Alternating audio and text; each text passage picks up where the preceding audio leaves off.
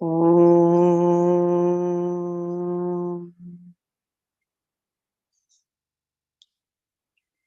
Om.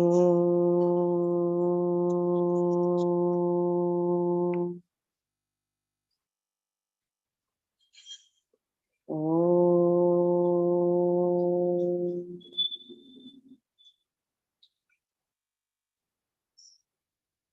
Om Brahmanandam Paramasukadam Kevalam Jnanamurtim Dvandvatitam Gaganasatrisham Tattvamasyadilaksham Ekam Nityam Vimalamachalam Sarvadhi Sakshibhutam Bhavatitam Trigunarahitam Sadgurum Tam Namami Shruti Smriti Purananam Alayam Karunalayam Namami Bhagavat Padam Shankaram Loka Shankaram Shankaram Shankaracharyam Keshavam Badarayanam Sutra Bhashya Kritau Vande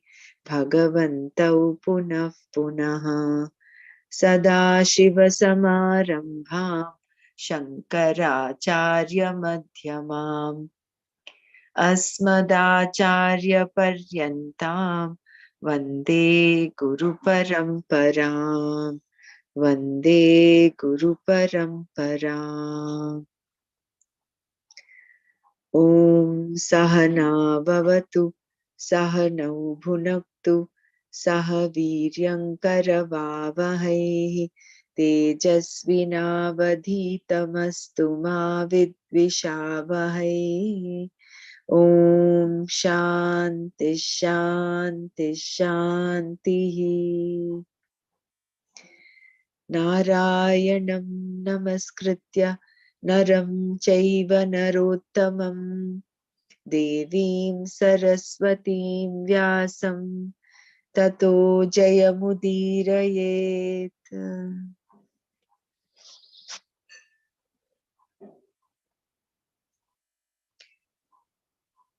Atha Shrimad Bhagavad Gita Dvadashodhyayaha Bhakti Yogaha Arjuna Uvacha Anashritah Karma Phalam Karyam Karma Karoti Yaha.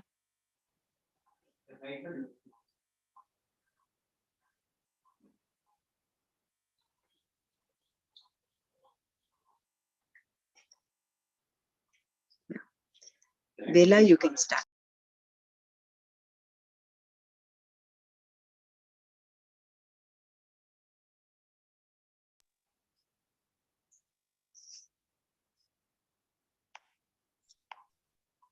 Jai Gurudev, Brahmaraji.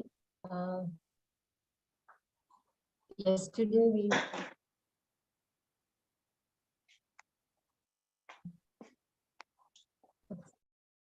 Om Shri Paramatmane Namaha. अथ द्वादशोऽध्यायः भक्तियोगः। अर्जुन उवाच एवं सततयुक्ताये भक्तास्त्वां पर्युपासते ये चाक्षरमव्यक्तं तेषां के योगवित्तमः। श्रीभगवानुवाच मय्यावेशमनो ये मां युक्ता उपासते श्रद्धया परयोगिताते युक्ततमा मताः। ये निर्देश्यम् उपासते सर्वत्र गमचिन्त्यं च कूटस्थमचलं ध्रुवं सन्नियम्येन्द्रियग्रामं सर्वत्र समबुद्धयः ते प्राप्नुवन्ति मामेव सर्वभूतहिते रताः। क्लेशोऽधिकतरस्तेषाम् अव्यक्तासक्तचेतसाम् अव्यक्ता हि गतिर्दुःखं देहवद्भिरवाप्यते ये तु सर्वाणि कर्माणि मयि सन्न्यस्य मत्पराः अनन्येनैव योगेन मां ध्यायन्त उपासते तेषामहं समुद्धर्ता मृत्युसंसारसागरात् भवामि न चिरात् पार्थ मय्यावेशितचेतसाम् मय्येव मन आधत्स्व मयि बुद्धिं निवेशय निवसिष्यसि मय्येव अत ऊर्ध्वं न संशयः अथ चित्तं समाधाय न शक्नोषि मयि स्थिरम् अभ्यासयोगेन ततो मां Dhananjay अभ्यासेऽसि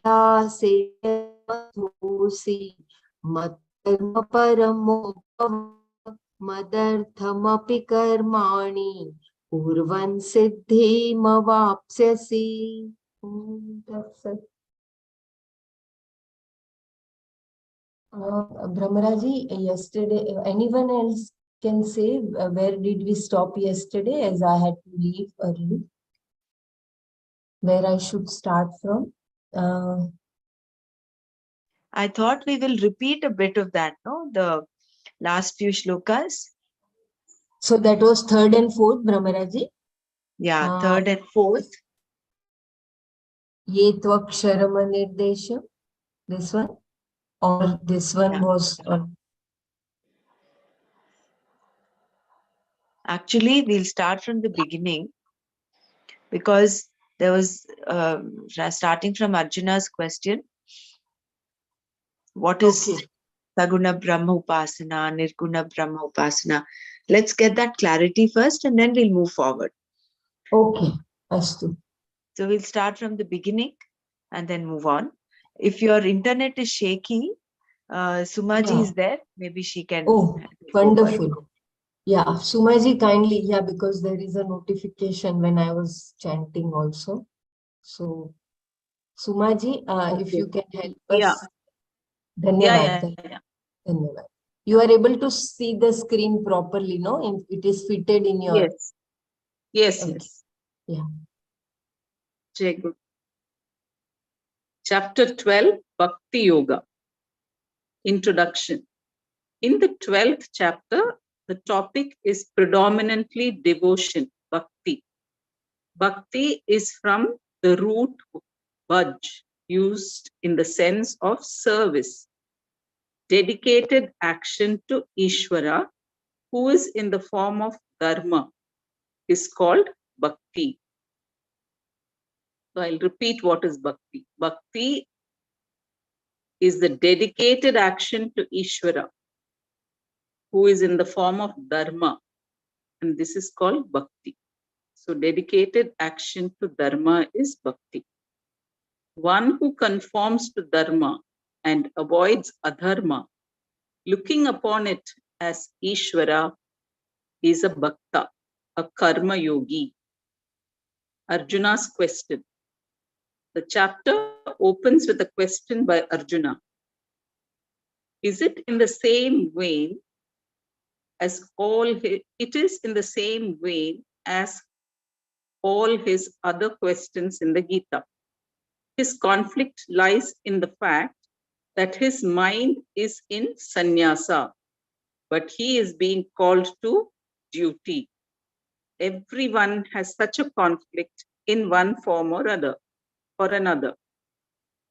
Even in the early morning, you wonder, should I get up or should I sleep in for a while? You start the day with a conflict of pravritti and nivritti. And this continues in various forms. Arjuna's mind is still not settled. In the second chapter, he declared that he was not interested in kingdom and comforts, but preferred a life of bhiksha. After using the word bhiksha, he was obsessed with sannyasa. His commitment is, of course, for Shreyas and He wants sannyasa for that. The action he is called to do is a terrible one. He has to fight a war. If it is where a prayer like Sandhya Vandana or a ritual like Agnihotra, it would not be a problem. His difficulty is that he has to kill all these great men like Bhishma and Drona, for whom he has so much respect. How can he fight against people who deserve his worship? In the same chapter, he said further that it was not possible for him to engage in such a battle. He would rather live a sadhu's life and gather alms, diksha. Such a lifestyle is possible for only two types of people, a brahmachari or a sannyasi and a renunciate. Arjuna cannot be a brahmachari now. He is already married and has grown up sons. He can only become a sannyasi, which is exactly what he thinks is good for him now. He has said so in so many words. I do not want a kingdom because I do not think it will remove my sorrow. Therefore, I want Shreyas. I am your student. Please teach me. Shishyasteham sadhimam tvam prapannam. Arjuna had a Shishyasteham shadimam tvam prapannam. Kshamyadam prapannam.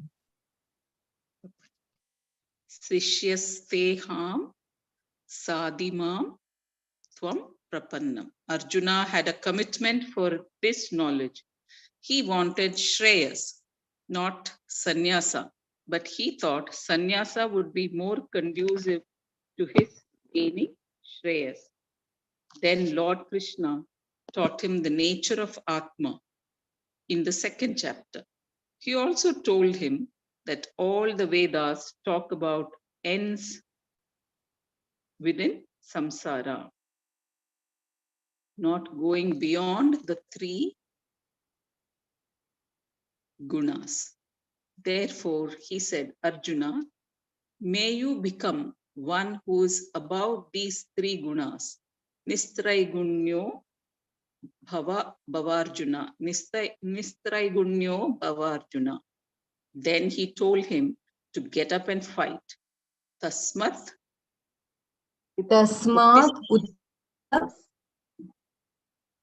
Tasmat uttishta kaudeya yudhya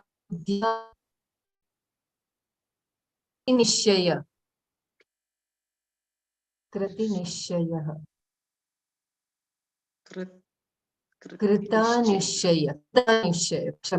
Krita nishya. Krita nishchaya. And talk to him about karma yoga. You have choice only regarding action, never the result. Karmanye vadikarasti ma phaleshu pradachana. Then Arjuna asked a question. He wanted to know the characteristics of a wise man. Sthita prajna ka bhasha. Indirectly, he was asking whether a wise man would live in this world and perform all actions like any one of us. Bhagavan answered by saying that the one who is happy with himself is a wise man. What is day for the ignorant is night for him, and what is night for him is day for the other. That means what is true to him is not true to the other, and what is true to the other is not true to him. Ya nisha sarvabhutanam tasyam jakriti samyami yasyam Jagrati samyami samyami yasyam jakrati bhutani Sanisha tanisha Pashyato pashyato muneha. Neha.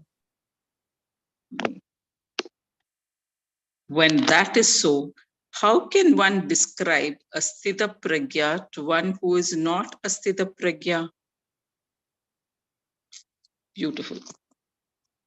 If you are not a wise man, no description is going to help you, because it takes a wise man to understand a wise man.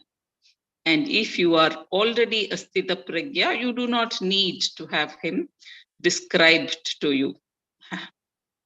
Still, Krishna made an attempt using an example. As the waters entering into the brimful ocean bring about no change to the ocean, similarly, all objects entering into a wise man, leaving no trace at all, he is happy. Nothing elates or depresses him. Then Arjuna had another question. He understands very well that Krishna has his heart in knowledge, because by knowledge alone one becomes a sthita prajna. If that is so, he wonders, why are you asking me to engage in this fight? Since knowledge liberates, Arjuna wants to pursue only knowledge. He has no value for all these activities Krishna is asking him to engage in. You seem to contradict your own words, because you praise knowledge at the same time you ask me to do karma, he tells him. It is evident that Shreyas, which is moksha, is gained by knowledge. Yet he is asked to engage in this action. And it is not an easy task. It implies bloodshed. It seems to Arjuna that Krishna wants to deny him Shreyas by diverting his attention in another direction. All this is implied when he asks, which do you consider better, Krishna, karma or jnana? Yasyasi. Jyayasi Chet Karmanaste Mata Buddhir Janardana Tadekam Vada Nishitya Yena Tatkim karmani ghore mam niyojayasi Keshava. That's what it is. No. Tadekam vada nischitya yena shreyoham apnuyam. Apnuyam Yena Shreyoham Apnuyam. The first verse of chapter 3. The third chapter is the response to this. Lord Krishna does not give him a definite answer. He only tells what karma yoga is and what is sannyasa. Both are for jnana. The difference is only in lifestyle. Lokeshmin dvivita nishta. One is a life of renunciation, and the other a life of activity with proper attitude, which is good for purification of the mind. Chitta Shuddhi. Thereby, you are able to understand what is being said. So I have a question here. Now, what is the difference between a brahmachari and a sannyasi? Both are in knowledge, isn't it? Both do actions for knowledge only. No, see, there are 4 varnashramas, no? Brahmacharya, grihastha, vanaprastha, and sannyasa. So, brahmachari there is the first of the varnashramas. Where the person is initiated into the study of the Vedas, of the Shastra. From there, he can either stay a brahmachari, become a sannyasi, or he can turn into a grihastha. But that is the initial phase. Yeah. Understood. I forgot about the varnashrama there. If you are ready for sannyasa, be a sannyasi. No, where am I reading? Lokesmin dvivita anishta. One is a life of renunciation, the other a life of activity with proper attitude, which is good for purification of the mind, chitta shuddhi. Thereby, you are able to understand what is being said. If you are ready for sannyasa, be a sannyasi. If not, be a karma yogi. There is no choice in this really. It is like a 15-year-old asking if next year he should be 16 or 25. This is such a good example for us to understand, whether to be a karma yogi or a sannyasi. It is all about qualification. It's all about maturity. So if you're ready to be a sannyasi, be a sannyasi. But if you're not, then you pretty well be a karma yogi.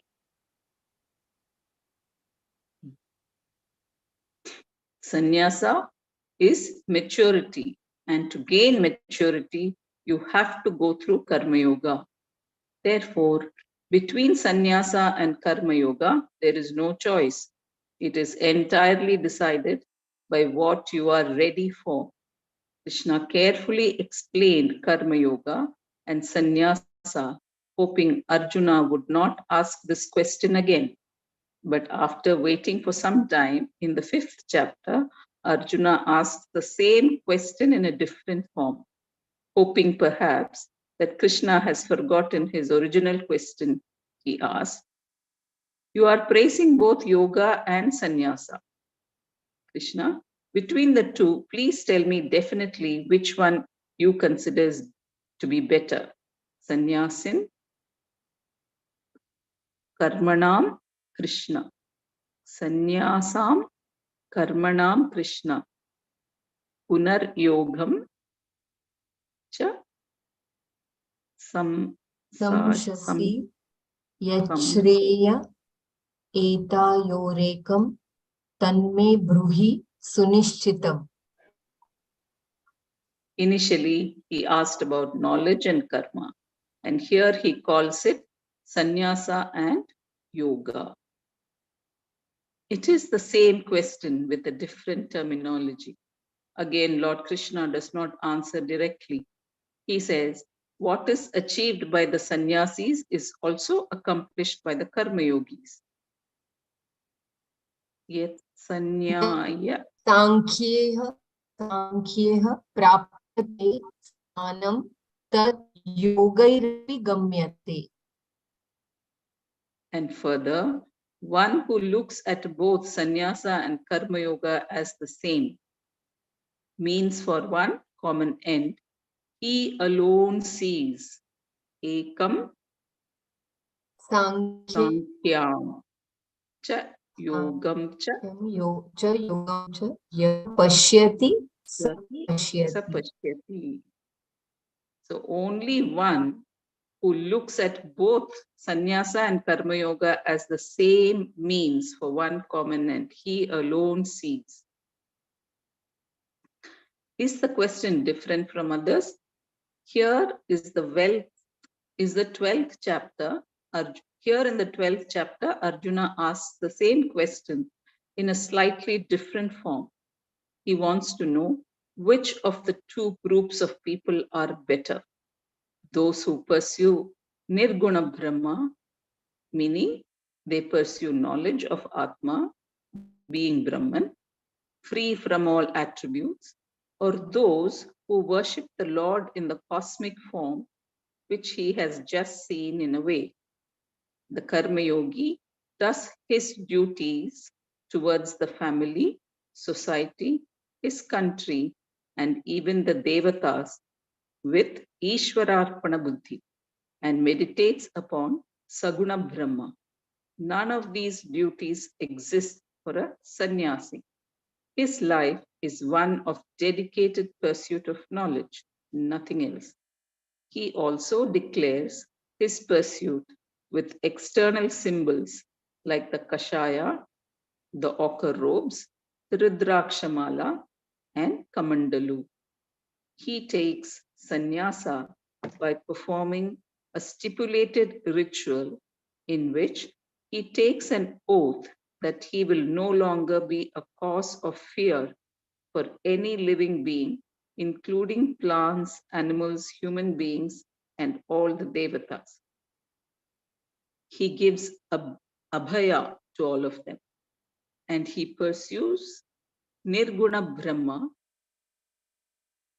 to the exclusion of everything else. Though the word upasana is used, Nirguna Brahma, where did it go? Nirguna Brahma cannot be meditated upon. It has to be understood. How are you going to meditate upon something free from attributes, which, moreover, is the meditator's swarupa? Nirguna Brahma Upasana is the pursuit of knowledge. Those who meditate upon me as that, tam ye pariupasate, come to me directly.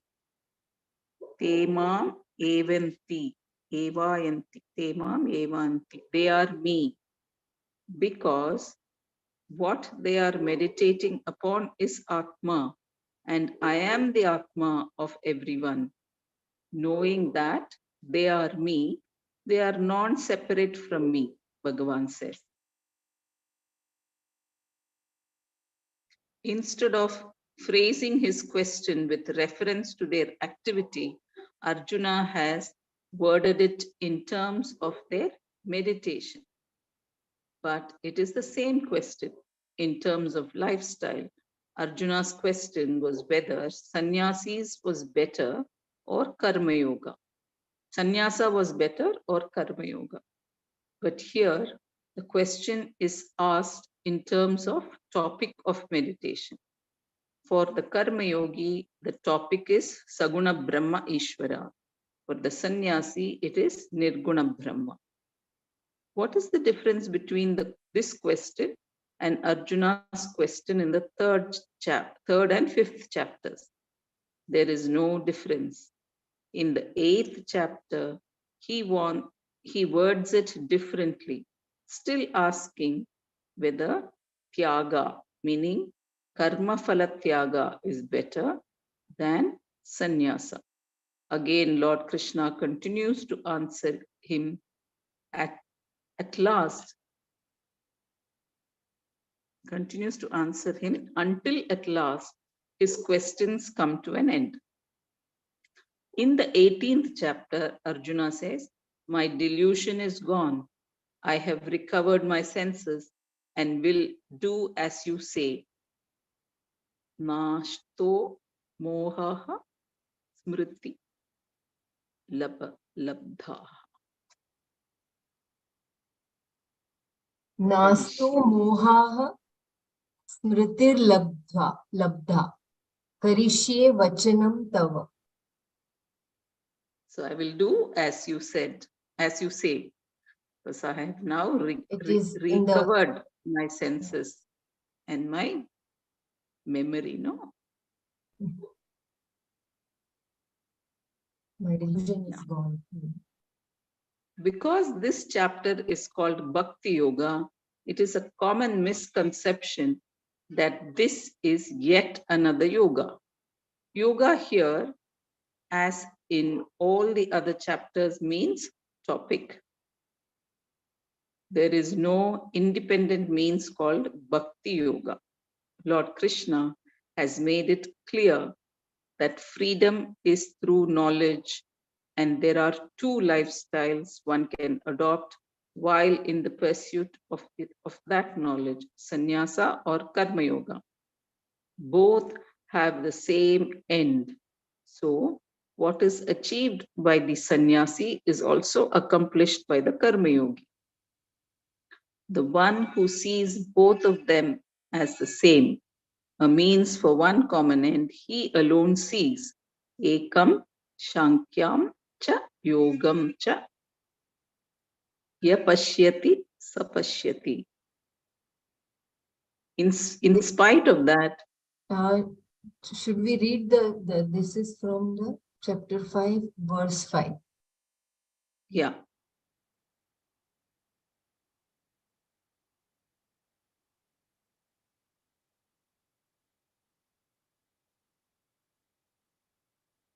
Are you going to read that?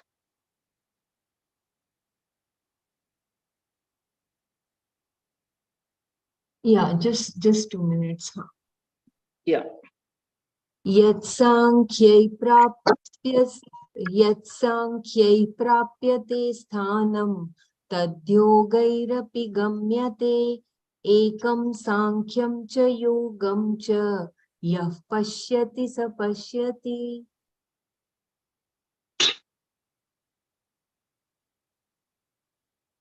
Are you going to read the Pradipadartha or I should continue?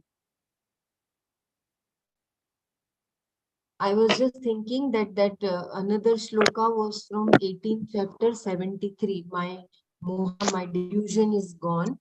That also 73rd shloka. Just give me 2 minutes. Okay. Chapter 18, 73rd shloka.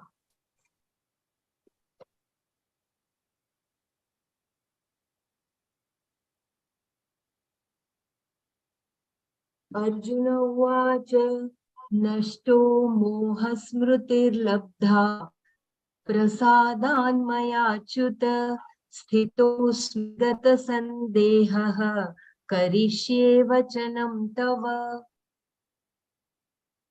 Please go ahead, Sumaji. Dhanyavad. Yeah. In spite of that, Arjuna wants to know who is better, the one who pursues Nirguna Brahma, meaning that of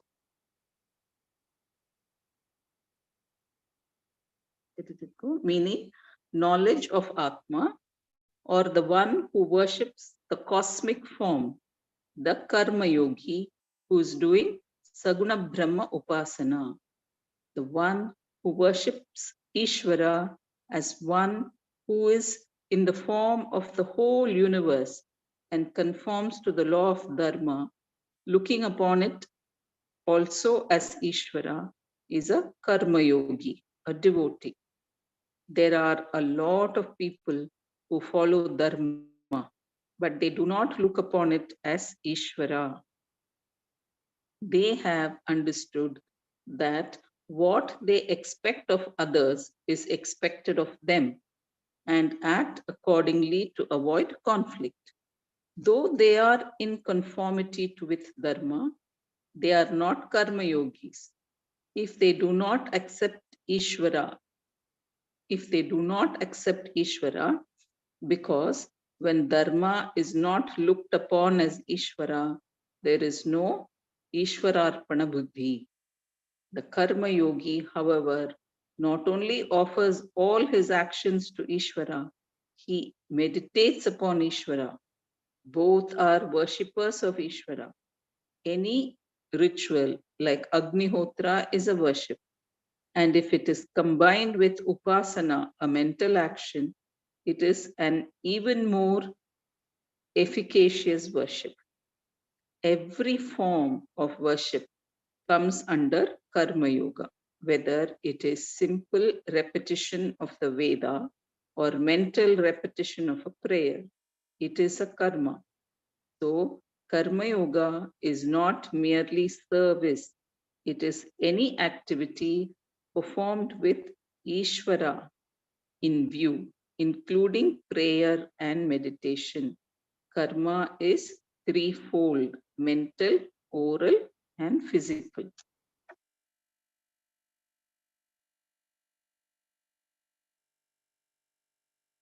And if you are invoking Ishvara through any of them, it is Karma Yoga. There is no separate Bhakti Yoga. I repeat this here because the confusion is so rampant. It is a common misconception that there are 4 yogas: Jnana Yoga, Karma Yoga, Bhakti Yoga, and Hatha Yoga. A sannyasi renounces all enjoined duties both what is to be done daily, Nitya Karma, and what is to be done occasionally, Naimitya Karma, consisting mainly of rituals and prayers. Besides that, he gives up all duties towards family, society, country, and even devatas. His pursuit is purely knowledge. The Karma Yogi, on the other hand, are obliged to do the enjoined duties. Therefore, we have two sets of people, the sannyasis or jnana yogis, pursuing knowledge to the exclusion of everything else, and the karma yogis pursuing knowledge in conjunction with karma as a yoga. Now, suppose there is a bhakti yogi. Does he not have duties or not? He does daily puja, studies the Puranas, etc., all of which are karmas. So, in what way is Bhakti Yoga separate from karma? And if he is a real devotee, even, even when he is doing some other type of action, he does not become a non-devotee. A real devotee is a devotee all the time. In order to make that a reality, one does all this puja, etc. How can we say that a karma yogi does not have bhakti? For a karma yogi, there is no act which is not an act of worship. As I said, even an ethical person, however esteemed he may be, he is not a karma yogi if he does not accept Ishvara. He has to be mat karma krit, one who sees dharma as Ishvara and does all his action for the sake of Ishvara. We can never say that this karma yogi is without bhakti, and neither is there any sannyasi without bhakti, because sannyasi is only to know Ishvara. There is no bhakti yogi. Sannyasa is only to know Sannyasa is only to know Ishvara. There is no bhakti yogi. Lord Krishna has said, Lokesmin vivita nishta. In this world, there are two committed lifestyles for moksha, that of a sannyasi and that of a karma yogi. Not understanding this, there are those who claim that there are 4 types of people with one yoga for each type. They say for those who are intellectual, there is jnana yoga. For the emotional, bhakti yoga. For the extrovert, karma yoga. And for the dullard, hatha yoga. We are all intellectual, and who does not have emotions? Who is not an extrovert? Even the most introverted person has some extroverted activities. And who does not need some exercise? Asanas are done by sannyasis, by karma yogis, and by anybody who wants to keep his body fit. Which of these is not meant for everyone? It is very clear that the problem lies in not understanding what sannyasa is, what karma yoga is, what jnana is, and what moksha is. It is not bhakti yoga, but it is not bhakti yoga that is presented here, but bhakti, and in particular, Saguna Brahma Upasana. So, chapter 12 is Bhakti as Saguna Brahma Upasana, not Bhakti Yoga. It is Bhakti as Saguna Brahma Upasana. Introducing the chapter, Shankara says, From the second chapter to the 10th on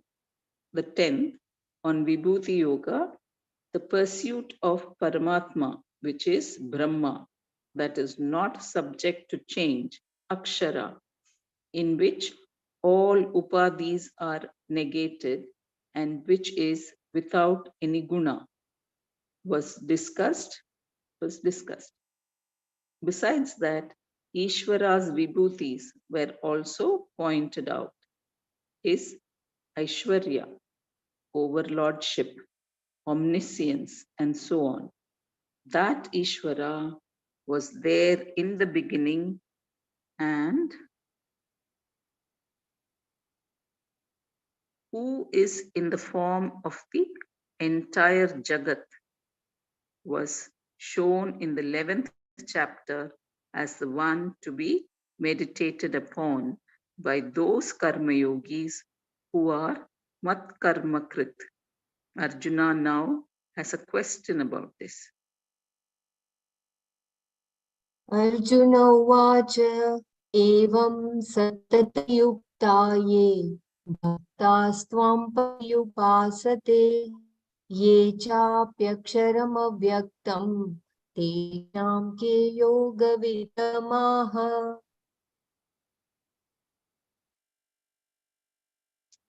Would you like to read Pratipadatha or I will complete, Sumaji? You complete this, I will just read. Okay.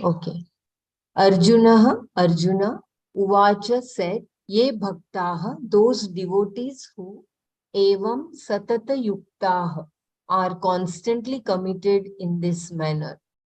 Tvam paryupasate, meditate upon you. Ye cha api, and also those who tvam paryupasate, seek you. Aksharam, who is not I'm sorry? Please continue. I thought you had finished. Aksharam, who is not subject to decline. Avyaktam, who is not available for objectification. Tesham, among them. Ke, who yoga vittamaha, are the greatest knowers of yoga. Arjuna uvacha, ye bhaktaha, evam satati yuktaha, tvam paryupasate, ye cha api, tvam paryupasate aksharam avyaktam tesham ke yoga vittamaha. Please. Arjuna said, in this manner, there are those devotees who constantly committed, meditate upon you, and also those who seek you as one who is not subject to decline and available for objectification. Among them, who are the greatest of knowers of yoga. After seeing the Vishwarupa, Arjuna asked this question based upon what he saw. His question proves that the vision did not solve his problem. He still maintained a division. Here Arjuna wants to know who is superior, a karma yogi who is doing upasana or a jnani. The karma yogi is doing meditation upon the Vishwarupa. The sannyasi is contemplating on Akshara Parabrahma. One pursued Saguna Brahma and the other Nirguna Brahma. Which is better? The question has certain implications. It is not who is more exalted among these two, but rather who is closer to moksha. Evam reveals a connection to what was said earlier. The reference, Shankara says, is to the previous verse in which Bhagavan talked about the karma yogi as mat karma krit, etc. By saying evam, Arjuna brings to Lord Krishna's mind what was said in the last verse of the previous chapter. Tatatham means constantly, Yukta means committed.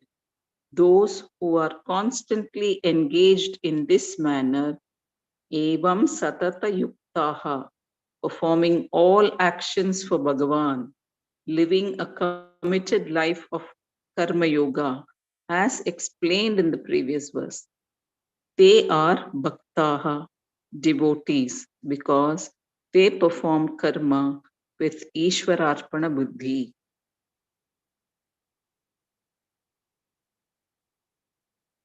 Looking upon dharma as Ishvara.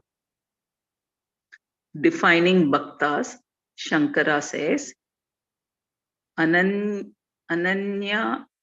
Sharanaha, Ananya Sharanaha, those for whom there is no other refuge. Others, the Arthartis, use Bhagavan to assist them in their accomplishments. Their Sharana refuge is in money, power, and so on, not in the Ishvara. But those who are desirous of liberation, who are bhaktas, find their refuge only in Ishvara. Gaining him is moksha for them.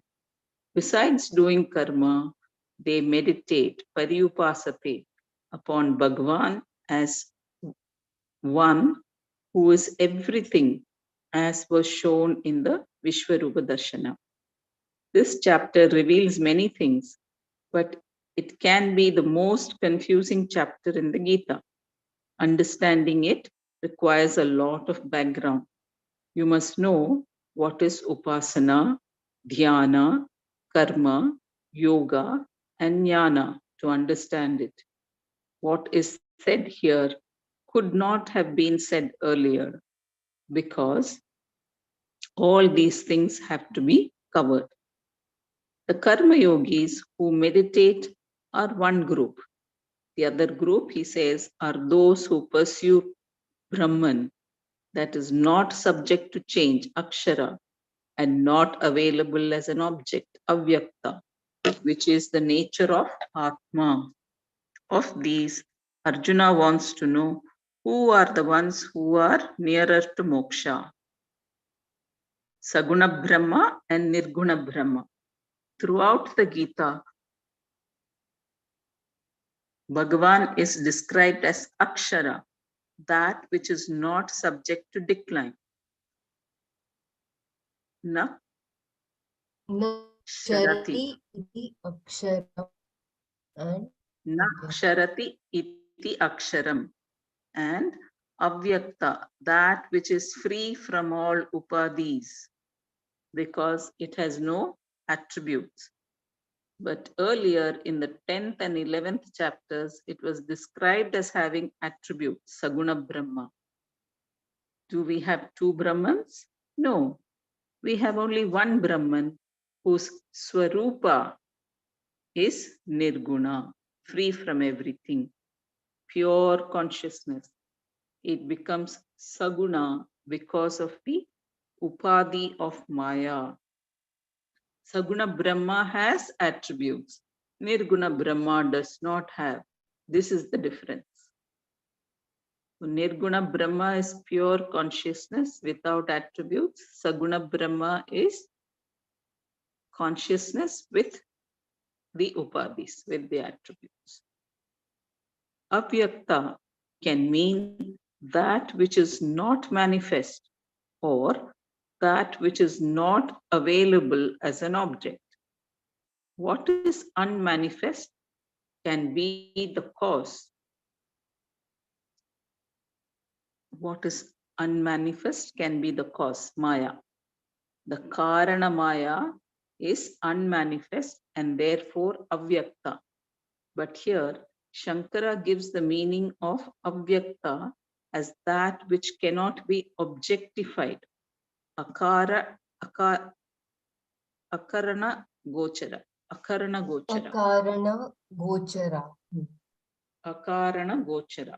An object of the senses or mind, the instruments of knowing is called Karana Gochara. Can we just repeat this, the last para and this one, Sumanji? Yeah. So Saguna Brahma and Nirguna Brahma. Throughout the Gita, Brahman is described as Akshara, that which is not subject to decline. Naksharati iti Aksharam. And Avyakta, that which is free from all upadis, because it has no attributes. But earlier, in the 10th and 11th chapters, it was described as having attributes, Saguna Brahma. So do we have two Brahmans? No. We have only one Brahman whose Swarupa is Nirguna, free from everything, pure consciousness. It becomes Saguna because of the Upadhi of Maya. Saguna Brahma has attributes. Nirguna Brahma does not have. This is the difference. Avyakta can mean that which is not manifest or that which is not available as an object. What is unmanifest can be the cause, Maya. The Karana Maya is unmanifest and therefore avyakta. But here, Shankara gives the meaning of avyakta as that which cannot be objectified, akarana gochara. An object of the senses or mind, the instruments of knowing, is called karana gochara. What is not an object of the instruments of knowing is akarana gochara. That is not to say it cannot be known. It is just not an object of the instruments of knowing. An object is something other than yourself, which you come to know through various means of knowledge. But this is you and therefore not an object. Anything not available for objectification is avyakta. Shankara makes note about the origin of the word. The word vyakta has the meaning of that which is manifest. It is derived from the root anj, v plus anj, vyanj, which has the meaning of to manifest, vyanj, to manifest, vyanj, to be available for objectification. Therefore, anything that is manifest and is available for objectification is called vyakta. And anything that is not available for objectification is called avyakta. Atma is not an object of anything. It is always the subject. Therefore, it is said to be avyakta. Avyakta does not mean it is unknown, only that it is not an object. It is always the Chaitanya Swarupa, the subject. The question is, between these karma yogis who are seeking Nirguna Brahma and the karma yogis doing their karmas with Ishwararpana Buddhi and meditating upon Saguna Brahma, who is better? In fact, the superlative affix tama is used. Who are the best? What is the meaning of best here? What Arjuna wants to know is who are nearer to moksha. The jnani is not to be compared to the karma yogi. The Gita looks upon the jnani, the sannyasi, as a jnani because he is committed only to jnana. And Krishna has said that jnani is himself. Jnani tu atmaiva me matam. Jnani tu atmaiva me matam. A comparison between him and the karma yogi is not valid. Krishna is going to say the karma yogis, those who meditate upon Saguna Brahma are better off. Krishna is going to say the karma yogis who meditate upon Saguna Brahma are better off. Introducing the next verse, Shankara says, Shankara has this to say, those, however, who are contemplating upon Akshara Brahma and who therefore have a clear vision of Brahma and are free from the three types of desires are to be left alone.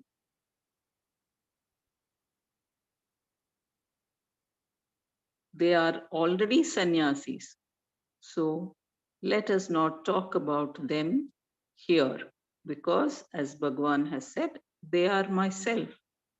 There is no comparison between them and the karma yogis at all. It is legitimate to compare those karma yogis who are doing upasana with those who are not. Evala karma yogis. Karma is duty and daily worship. Upasana is meditation. Though upasana is also worship, it is mental worship. So we consider it separately. The karma yogi has Ishwararpana buddhi and recognizes Ishvara as the karma phaladata, the giver of the fruits of actions, and karmadyaksha, the one who presides over the law of karma. Recognizing Ishvara, he does his karma, but whether it is oral or physical, it is not meditation. When the action is purely mental, with Saguna Brahma as the object, it becomes meditation. If it were just mental activity, then worry would be the meditation. In order to distinguish upasana from karma, it is defined as Saguna Brahma Vishaya Manasa Vyapara. Manasa Vyapara. Activity is common to both. Those who are karma yogis and combine their daily karma with meditation on Ishvara will be said here as Yuktatmas. The sannyasis are not available for such comparison. Suppose someone wants to get a degree. You cannot say those who have gained the degree are superior. You leave them out of any comparison altogether. It is the same with a sannyasi. He is as good as, you have to raise this. He is as good as Akshara Brahma. So the question of superiority does not arise. That is the end you want to be. That is why Shankara says, Tvat Tattvat Tishtantu. Tavat Tishtantu. Tavat Tishtantu. Tavat Tishtantu. Leave them alone. Bhagavan will talk about them later. Now he talks about two types of karma yogis in the next verse. Shri Bhaganuvacha Maya Veshya Ye Nitya Yukta Upasate Shraddhaya Parayoketa Stene Yukta Tamataha.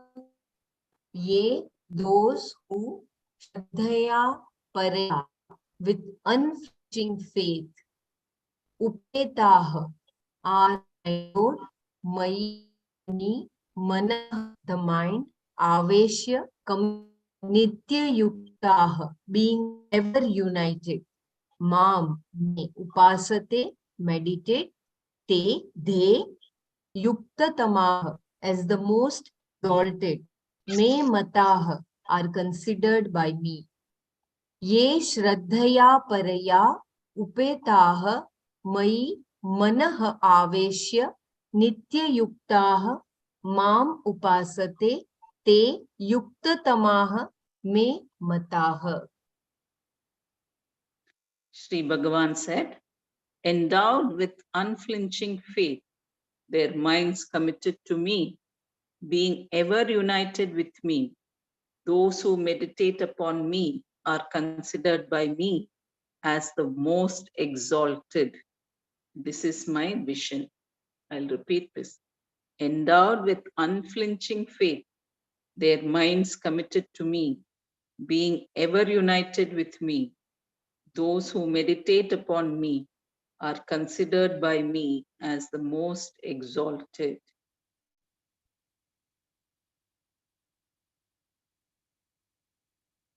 Those who worship, committing their mind to Parameshwara, are karma yogis, as was said in the last chapter.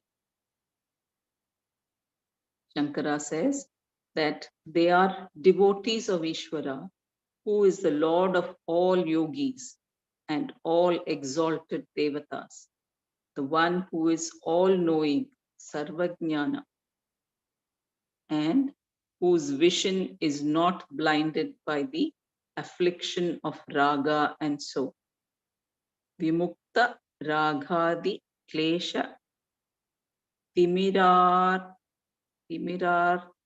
drishti. Timira drishti. Timira drishti is vision that is obscured because of cataract. Unlike blindness, it can be corrected by removing the cataract. Bhagavan is described here as the one who does not have timira drishti. This is only to say that he is unlike all of us. He is free from the fivefold afflictions, kleshas, beginning with raga, which impair our recognition of Ishvara. Upon this, Ishvara they meditate, upasate. Being karma yogis, they meditate with the utmost shraddha, parashraddha. Shraddha is committed to Shruti, where they understand, whether they understand it or not, they give credence to the Shruti. They know that they have to understand what it says. They know that they have to understand what it says. This provisional acceptance of the Shruti's veracity is Shraddha. What kind of Shraddha? Para here means unflinching. Because of this, they can do their karma properly, even though they may sometimes not fully understand. These are definitely considered by me to be the most exalted yuktatmaha me mataha. Yuktatmaha me mataha. This is my vision. They are near moksha.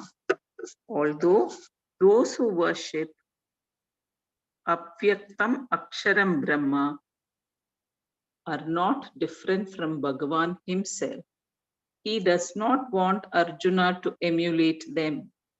Therefore, he presents these karma yogis as the one who are near him, because he wants Arjuna to follow their example, knowing it is good for him. Suppose a 10-year-old asks, which of the two? So the five kleshas are avidya, asmita, raga, dvesha, and abhinivesha. So ignorance, egoism, like and dislike, and attachment.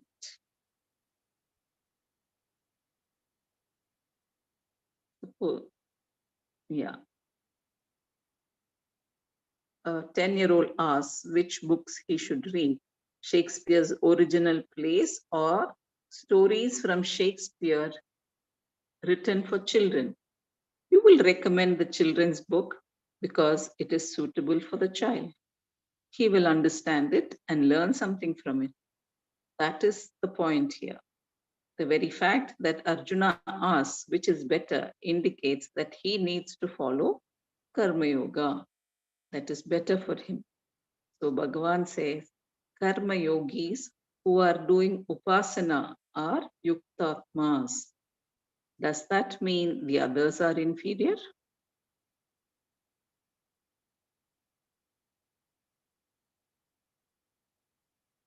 ये त्वक्षरमनिर्देश्यम् अव्यक्तं पर्युपासते सर्वत्र गमचिन्त्यं च कूटस्थमचलं ध्रुवम्.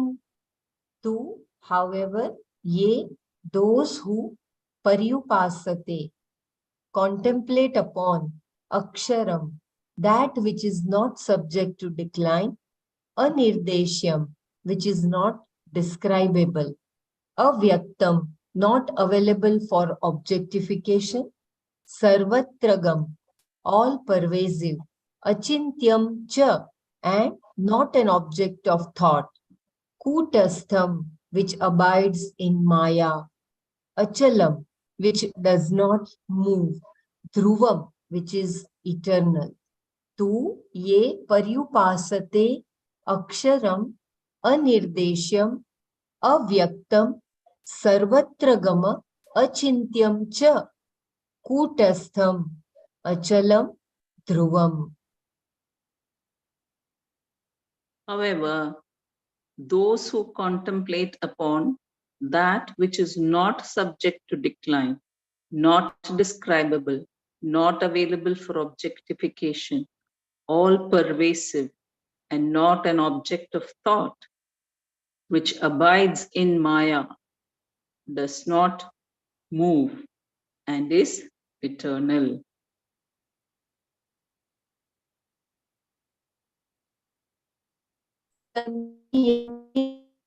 Gram sarvatra samabuddhayah te prapnuvanti mameva sarvabhute ratah.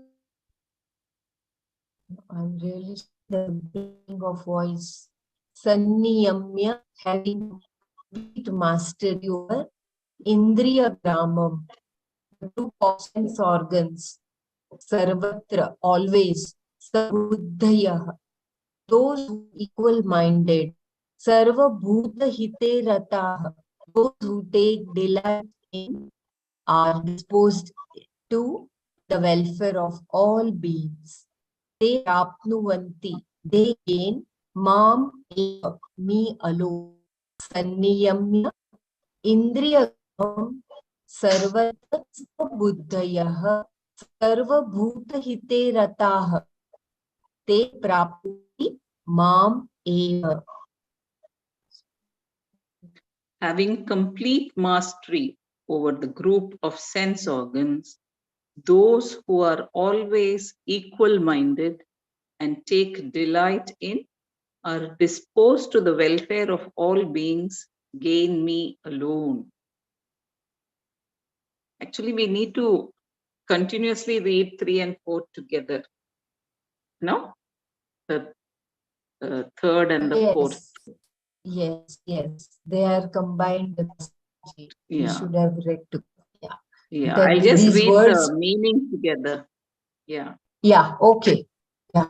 However, those who contemplate upon that which is not subject to decline, not describable, not available for objectification, all pervasive, and not an object of thought, which abides in Maya, does not move, and is eternal.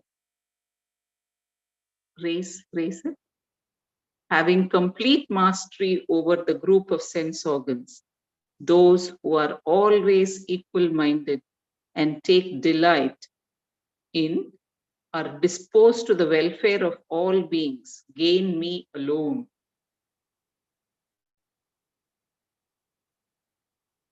So, Seva in Bhakti Bhava, that is Karma Yogi. Alternate meaning, having complete mastery over the group of sense organs. Only those who are always equal-minded and take delight in or disposed to the welfare of all beings gain me. Lord Krishna is eloquent in answering the second part of this question. He piles up all these words just to show that sannyasa is not a matter of choice. It is something to be understood. All these people who worship this Brahman come to me. They are me because Akshara is me, Avyakta is me, Anirdeshya is also me. When they discover the meaning of these words, they discover me. It is not going to separate them from me. Wow. We need to understand the meanings of experiential meaning of this Avyakta, Anirdesha, and Akshara. Arjuna's question was, which of the two groups was better? Those doing Karma Yoga and meditate upon Sarguna Brahma for the sake of moksha, or the sannyasis committed to the pursuit of Nirguna Brahma, Parabrahma? Who is nearer to moksha? Lord Krishna said, those who are meditating upon Saguna Brahma and living a life of Karma Yoga are Yoga Vittamaha. Yoga Vittamaha. Yoga Vittamaha. Here he shows that the sannyasis are not available for such a comparison. You cannot compare someone who is the end itself. Those who are capable of Akshara Brahma Upasana are not ordinary people. They have accomplished, to raise this. Can you raise it a little bit?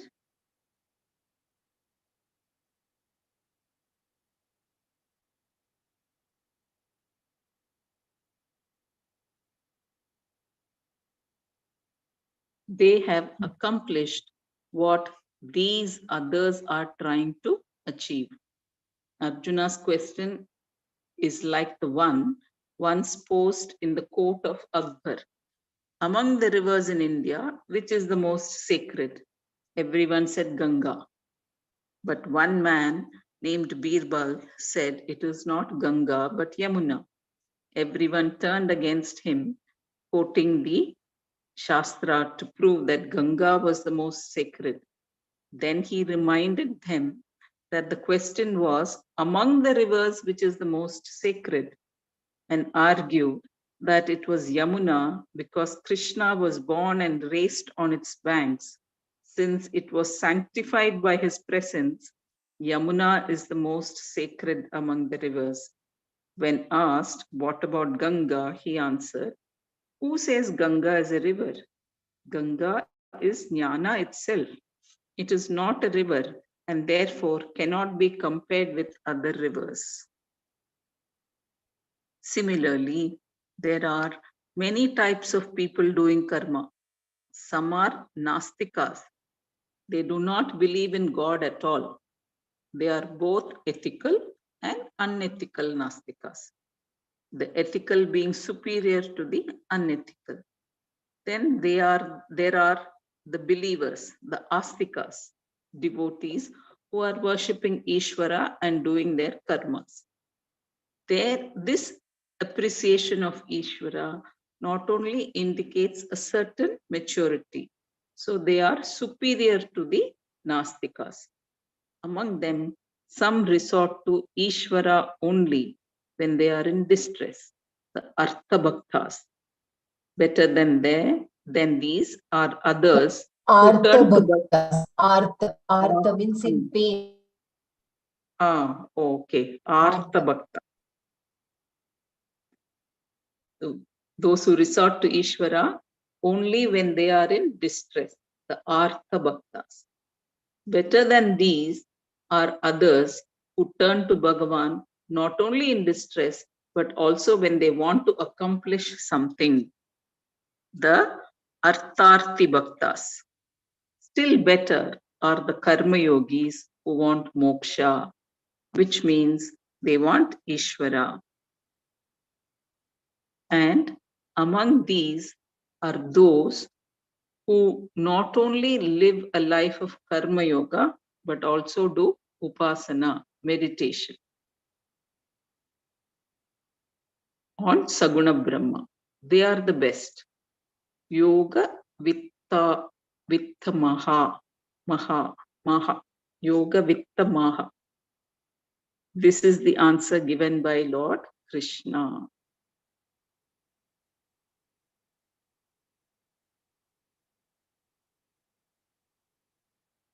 May I, we stop here for Manana? It's already, or you want to read ahead? Because I think we'll just finish this one with small paragraph and then where, no? Okay, okay. The sannyasi he treats as jnanis. The two here distinguishes them from all others. Ye pariyupasate, those who contemplate upon Nirguna Brahma, meaning they pursue Nirguna Brahma by Shravana, Manana and Nididhyasana. Which Brahman? Bhagavan repeats the very words Arjuna had used in the question, Akshara Avyakta.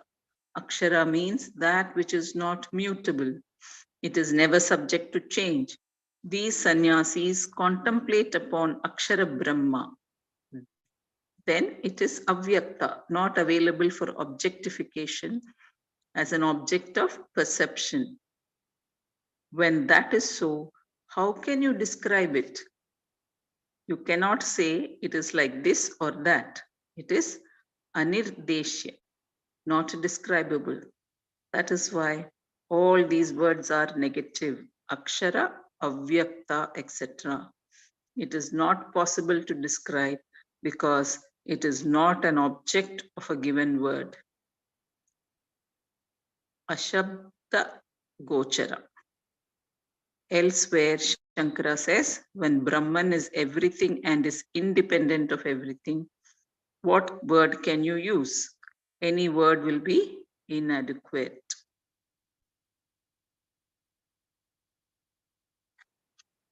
Jai Gurudev.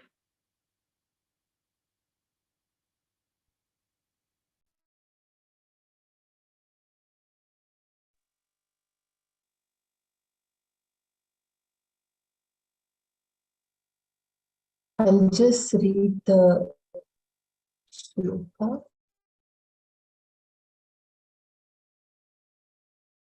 What we did today, the 4 shlokas, and then we will stop for Manana.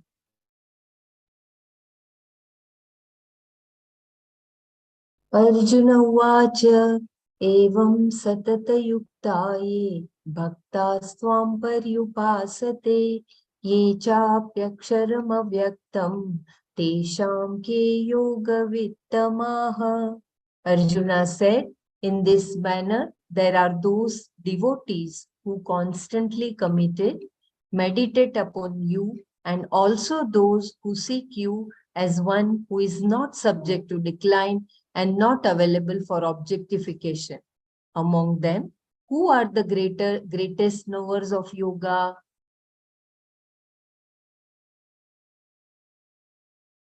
Shri Bhagavan Uvacha Mayya Mano Ye Mam Nitya Yukta Upasate Shraddhaya Parayopetaste Me Yukta Tamamataha.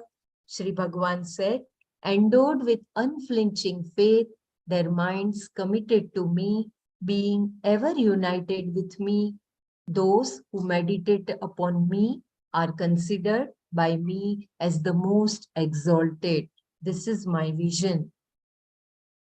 Ye tvaksharamanirdesyam avyaktam paryupasate sarvatra gamachintyam cha kutasthamachalam dhruvam. However, those who contemplate upon that which is not subject to decline, not describable, not available for objectification, all pervasive and not an object of thought, which abides in Maya, does not move and is eternal. Sanniyamendriyagramam sarvatra samabuddhayah te prapnuvanti mameva sarvabhutahite rataha. Having complete mastery over the group of sense organs, those who are always equal-minded and take delight in are disposed to the welfare of all beings gain me alone. Alternative meaning, having complete mastery over the group of sense organs, only those who are always equal-minded and take delight in are disposed to the welfare of all beings gain me.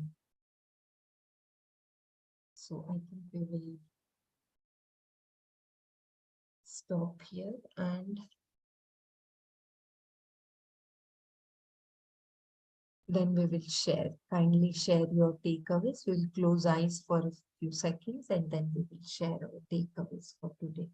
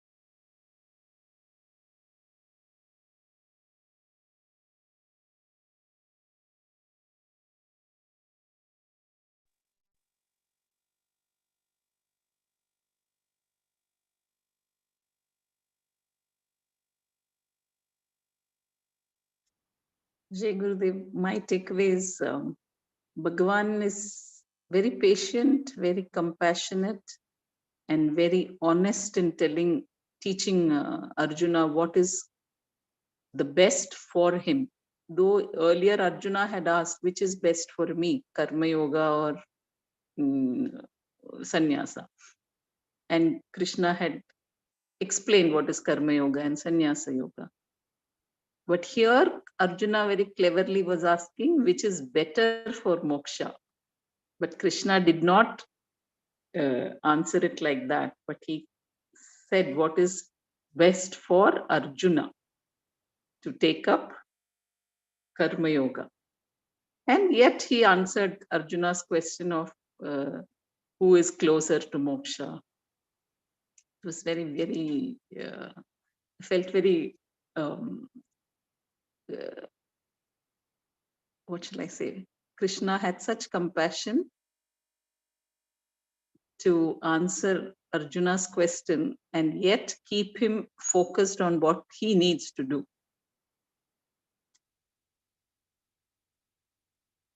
And he said how the sannyasis are not available for comparison at all, because they are me. They are at a higher level already. So you need to get there. And for that, you need to do Saguna Brahma Upasana, offer everything unto me. And that is bhakti.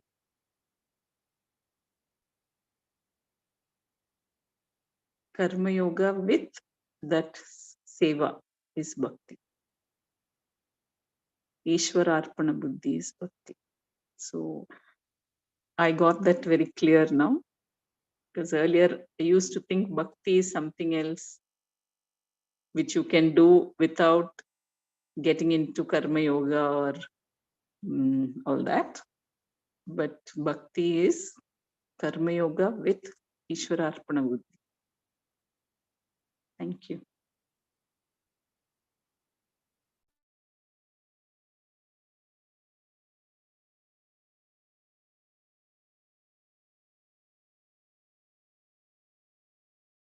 And also about the Nastikas and Astikas. The Nastikas who are very ethical people, do everything correctly, but without that devotion to God, that Ishwararpana buddhi. They are really wasting their precious life. Whereas those with Ishwararpana buddhi, who follow dharma with this Ishwararpana buddhi, they are superior. And then he talked about the astikas, the believers.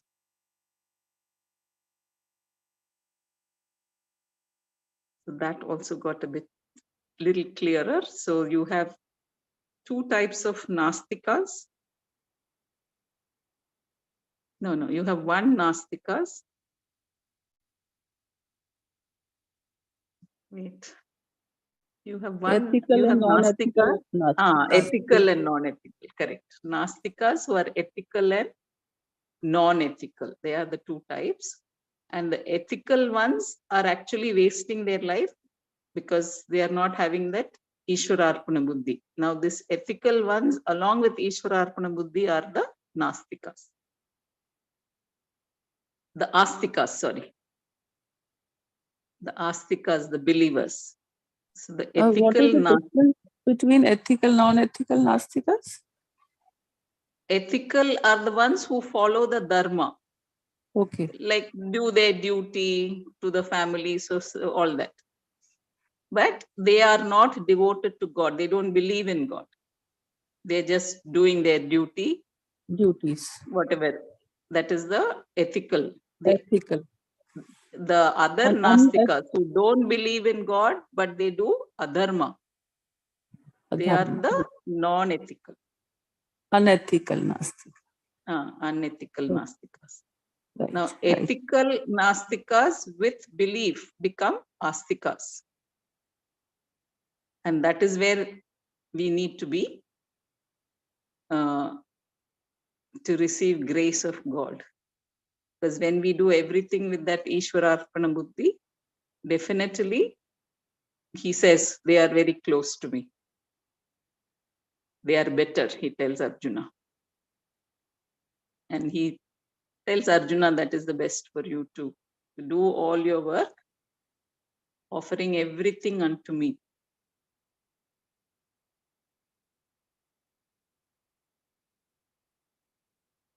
Yeah.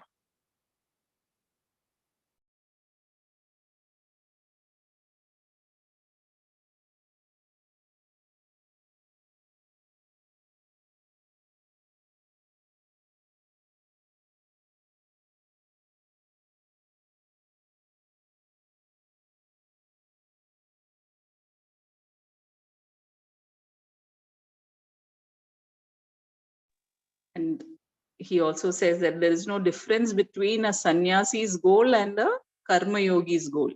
Though they have two types of lifestyle, different means to get to the same common goal. So in that way, he says that the karma yogis are the best. Because whatever they are doing thinking about me and doing it for me.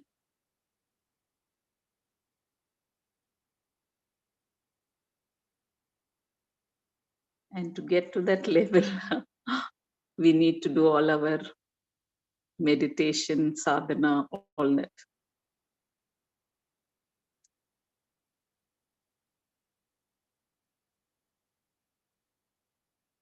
Come to that level where every moment is filled with Krishna. And to get for that purification, you need to do this karma.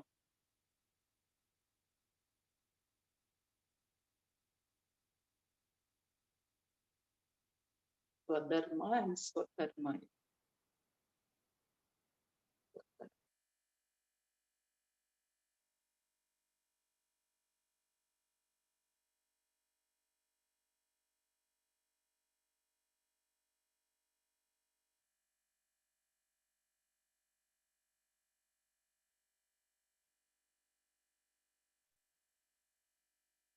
Yeah, anyone else wants to share? Please share.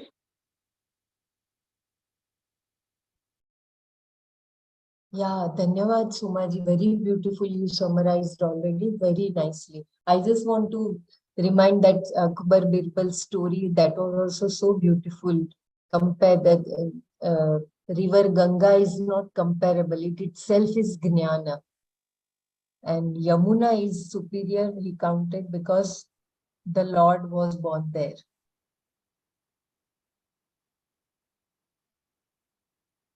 And got sanctified by his childhood there, no? Yes. Yeah. If there is no one else to share, could you please say the concluding prayers, Sumaji? Jai Gurudev, one more thing. I know when Vasudeva was carrying the baby Krishna, his leg, the small little cute leg touches that river Yamuna. So, and then she gives way for him to pass through. So that's why it's so sanctified. Yamuna is sanctified by Krishna's feet. Thank you. Very nice, yeah. And Ganga is considered knowledge. That is why they say taking a dip in Ganga is very purifying. Which the implied meaning is when you are in knowledge, that is the best purification. Both are significant.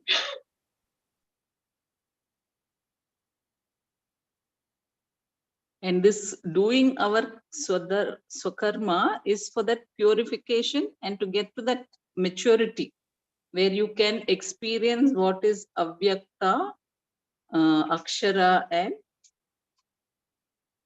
Anirdesha. So it becomes your experiential knowledge. For that you need such high level of maturity. And such purified consciousness only can experience that. And that is where our sadhana comes, our seva comes.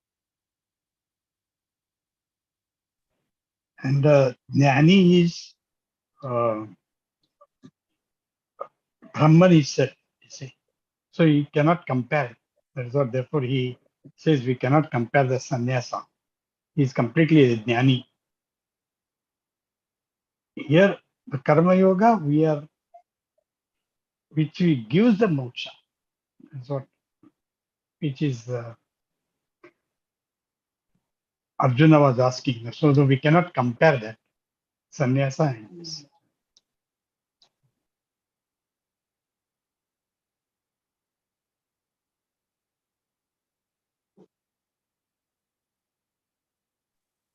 Shall we conclude here? Yeah.